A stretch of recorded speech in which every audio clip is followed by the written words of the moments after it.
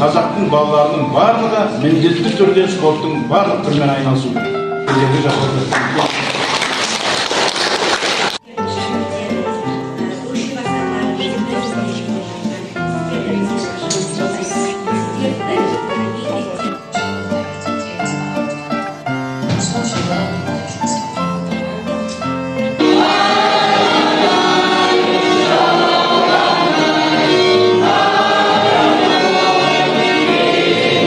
Мектептердің аталесын деген ниетпен осы мұғалімдерге арналған бір арамызда ұстаздар отыр. Соларға арнаған бір өлеңді оқытайын.